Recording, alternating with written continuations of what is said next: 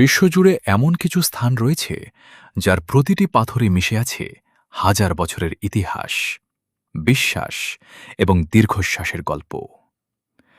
প্যালেস্টাইনের হেব্রন বা আল খালিল শহরে অবস্থিত ইব্রাহিমী মসজিদ তেমনই এক ঐতিহাসিক ও পবিত্র স্থান। মুসলিম ও ইহুদি উভয় ধর্মের মানুষের কাছে এটি চরম পবিত্র, কিন্তু এই পবিত্রতার পেছনে লুকিয়ে আছে এক রক্তাঙ্কিত ইতিহাস।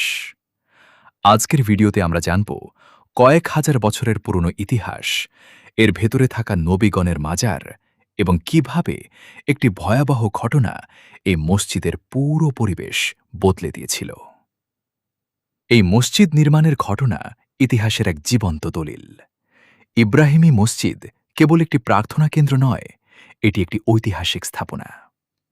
আজ থেকে প্রায় ২০০০ বছর আগে রোমান আমলে রাজা হেরোড গ্রেট এই প্রাঙ্গণটি ঘিরে বিশাল পাথরের প্রাচীর নির্মাণ করেছিলেন। পরবর্তীতে ৭ম শতাব্দীতে মুসলিম শাসন আমলে এটি পূর্ণাঙ্গ মসজিদে রূপান্তরিত হয়। শতাব্দীর পর শতাব্দী ধরে উমাইয়া, আব্বাসীয়, সালাহুদ্দিন আইয়ুবীর যুগে এবং উসমানীয় আমলে এই মসজিদের সংস্কার ও আধুনিকায়ন করা হয়।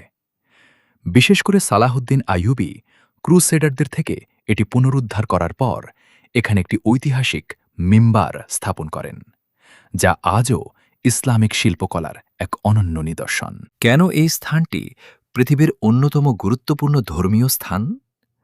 কারণ এই মসজিদের ঠিক নিচেই রয়েছে একটি ঐতিহাসিক গুহা, যা মাকপেলা গুহা নামে পরিচিত।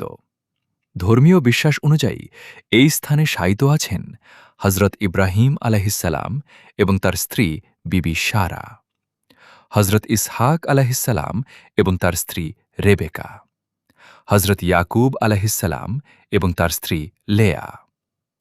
হজরত ইব্রাহিম আলাইহিসসালামের নামানুসারেই এই পবিত্র মসজিদের নাম রাখা হয়েছে ইব্রাহিমী মসজিদ।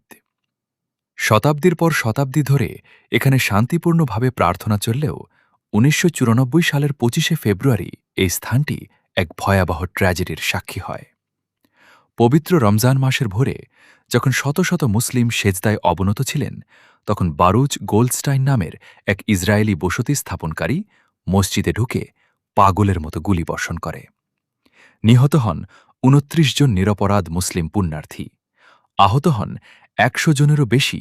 এই নৃশংস হত্যাকাণ্ডের পর পরিস্থিতি শান্ত করার নামে ইসরায়েলি কর্তৃপক্ষ মসজিদটিকে ২ ভাগে বিভক্ত করে দেয়।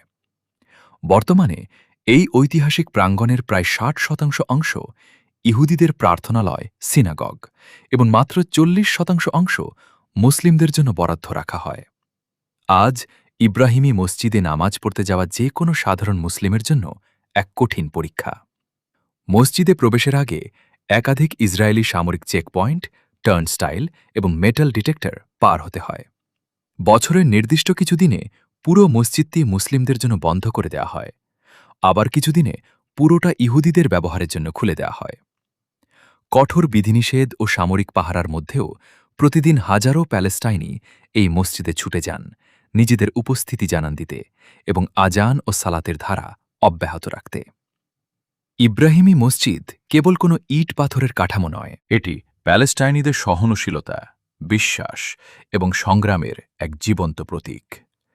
হাজার বছরের ইতিহাস ও রাজনৈতিক অস্থিরতার মাঝেও এই মসজিদ আজও দাঁড়িয়ে আছে এক শান্ত কিন্তু প্রতিবাদী সত্তা হিসেবে।